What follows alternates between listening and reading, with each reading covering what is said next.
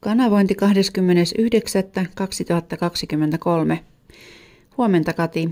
Nostan esille aiheen, josta puhuitte juuri kuulijoillenne. Yhteyshenkilöiden määrä on kasvanut viimeisinä aikoina hurjaa vauhtia, ja osittain tämä johtuu siitä, että olette saaneet päivityksiä DNA-rakenteeseenne ja tietoisuuden taso kasvaa kaiken aikaa. Ja osittain siksi, että aika on toisenlainen juuri tässä ajassa, jossa elätte fyysisessä maailmassa. Tämän lisäksi, kuten puhuitte, kehoihinne on todellakin asennettu implantteja, erityisesti alkuvaiheessa, kun vapaaehtoisia alkoi inkarnoitua ihmiskehoihin. Olosuhteet olivat 40-luvulla aivan toisenlaiset kuin ne ovat olleet vaikkapa 80-luvulla. Ihmisten tietoisuus oli matalammalla tasolla ja asioista ei puhuttu laisinkaan samassa laajuudessa kuin 4-50 vuotta myöhemmin. Kautta aikojen on naurunalaiseksi saattamisella ehkäisty tehokkaasti yliluonnollisista asioista puhuminen. Erityisesti miehet sodan jälkeen olivat traumatisoituneet ja hulluksi leimaaminen oli herkässä muutoinkin. Lisäksi naiset olivat valjastettuja pitämään huolta perheestä ja ottamaan vastuun myös miesten tekemistä töistä näiden ensin oltua sodassa ja sen jälkeen energia meni jälleen rakentamiseen ja miesten psyykkisen tasapainon palauttamiseen sodan jälkeiseen arkeen kotona. Ei tullut kuuloonkaan, että tuona aikana olisi ollut sopivaa puhua asioista, jotka olivat jollakin tavalla irti arkitodellisuudesta. Yhteyshenkilöitä oli tuolloinkin, mutta silloisena aikana oltiin hyvin tarkkoja, mitä puhuttiin ja missä puhuttiin, ja asiat pysyivät hyvinkin pienten piirien tiedossa, ja työtä tehtiin enemmänkin kulisseissa kuin niiden edessä. Kirjoja on kirjoitettu kautta aikojen, mutta tieto ei tavoittanut kaikkia samalla tavalla kuin nyt, kun käytössänne on lukuisia erilaisia kanavia saada tietoa esiin ja levitettyä. Ihmiset eivät ole enää kirjojen ja kuulopuheiden varassa, vaan internetin tultua kaikkien saataville asiat alkoivat levitä ympäri maaplaneettaa ennen näkemättömällä tavalla ja vauhdilla. Näiden keksintöjen kanssa, kuten muun muassa maailmanlaajuiset telekommunikaatioverkot ja internet, on ihmiskunta saanut apua, kuten myös energiateollisuus, lääketiede ja muutkin tieteiden haarat ovat hyötyneet kanavoidusta tiedosta, jota yhteyshenkilöiden kautta on saatu.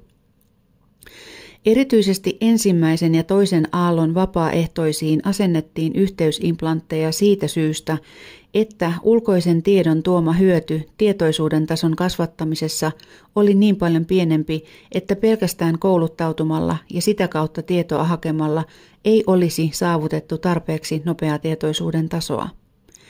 Tietoisuuden tason kasvu on ihmiskunnan historiassa ollut riippuvainen ulkoisen tiedon saatavuudesta ja laadusta, kuin myös ihmisen omien elämän kokemusten mukanaan tuoman kasvun ripeydestä.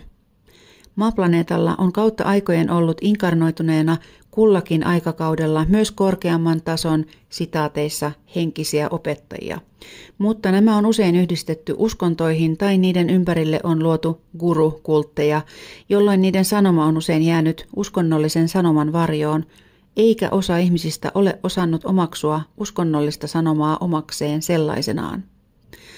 Yhteysimplanttien tehtävänä on ollut juuri auttaa ylläpitämään yhteyttä korkeampaan tietoisuuden tasoon, ja tässä yhteydessä puhumme aluksilla ja muilla planeetoilla olevista yhteysentiteeteistä.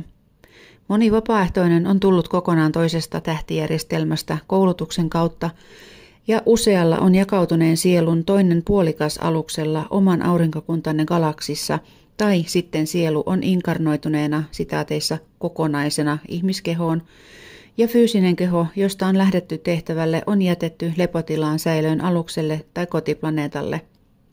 Useimmiten nämä säilössä olevat kehot, johon on tarkoitus palata ihmiselämän jälkeen, ovat kuitenkin talletettuna aluksille, sillä niiden hallinnoiminen ja lähellä pitäminen on logistisesti hyödyllistä. Olemme aiemmin puhuneet sitaateissa kaksoisliekeistä ja tällä tarkoittaneet juuri sielun jakautumista kahteen osaan, joista toinen saattaa olla kokonaan toisessa paikassa kuin vaikkapa teidän maaplaneetallanne. Kaikki sielut eivät kuitenkaan ole jakautuneet, vaan inkarnoituvat yhtenä aina elämään kerrallaan.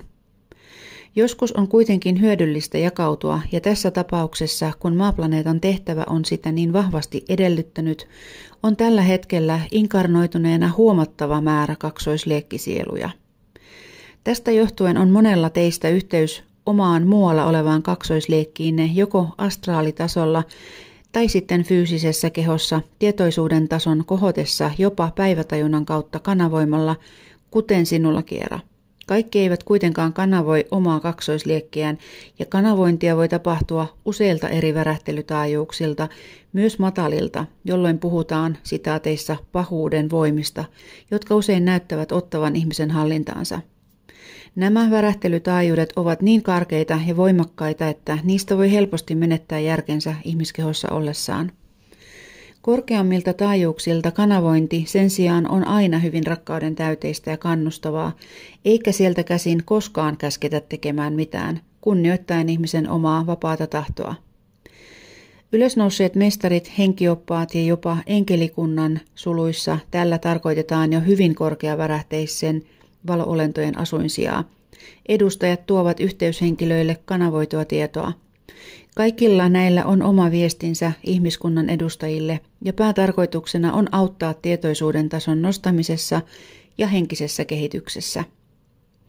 Vapaaehtoisten yhteydet aluksilla oleviin kaksoisliekkeihin tai muihin kontakteihin ovat hieman toisen tyyppisiä, ja niiden tarkoituksena on jakaa tietoja teknologisista asioista kuin myös ihmiskunnan historiasta ja siitä, mitä tässä ajassa tapahtuu.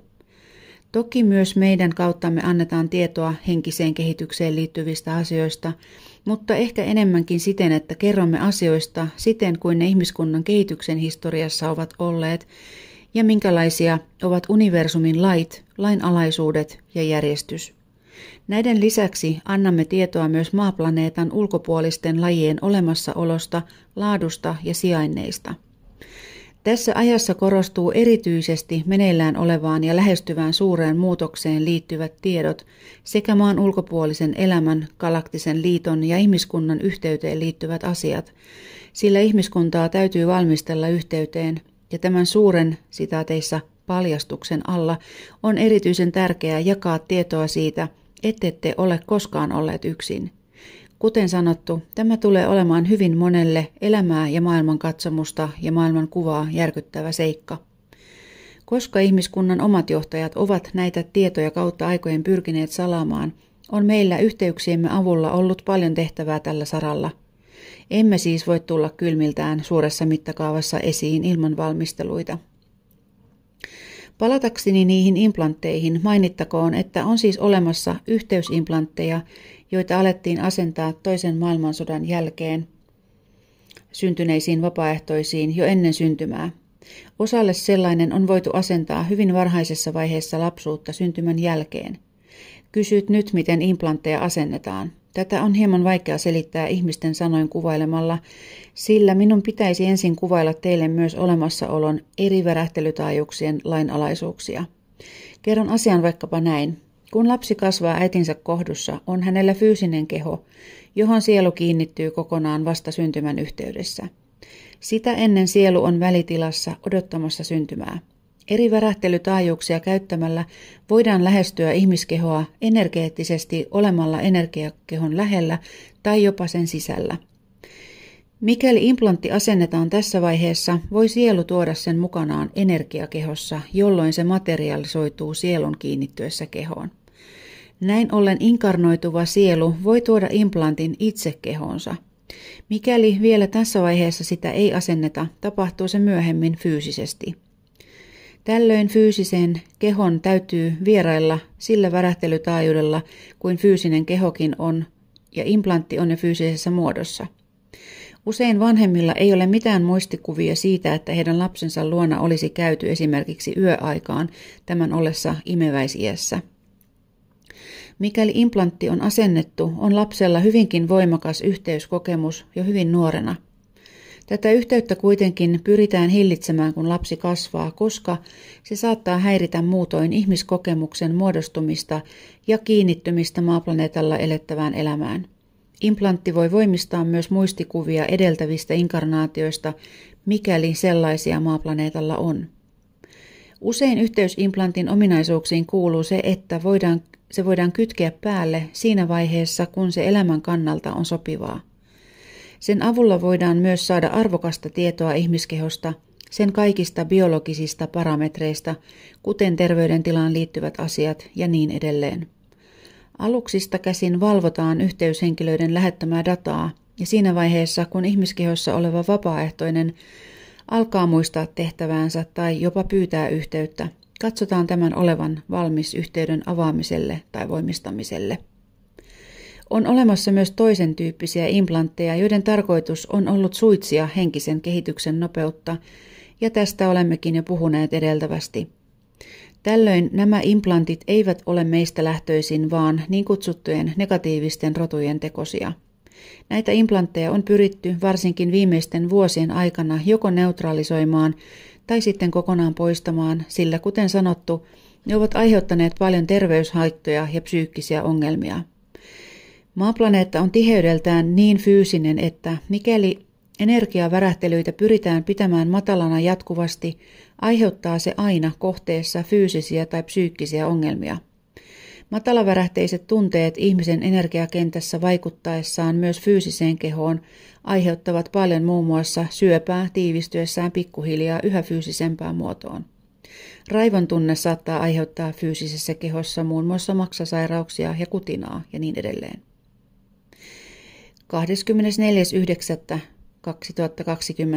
24.9.2024 Fuengirola. Jatkamme tätä kanavointia toisesta lokaatiosta käsin ja tarkoituksellisesti pidimme hieman taukoa matkanne takia, koska olikin tarkoitus kertoa oivalluksista, joita olet kokenut siellä ollessasi. Puhuit eilen siellä olevalle ryhmälle tehtävästä, joka jokaisella maantieteellisellä alueella kullakin ryhmällä on.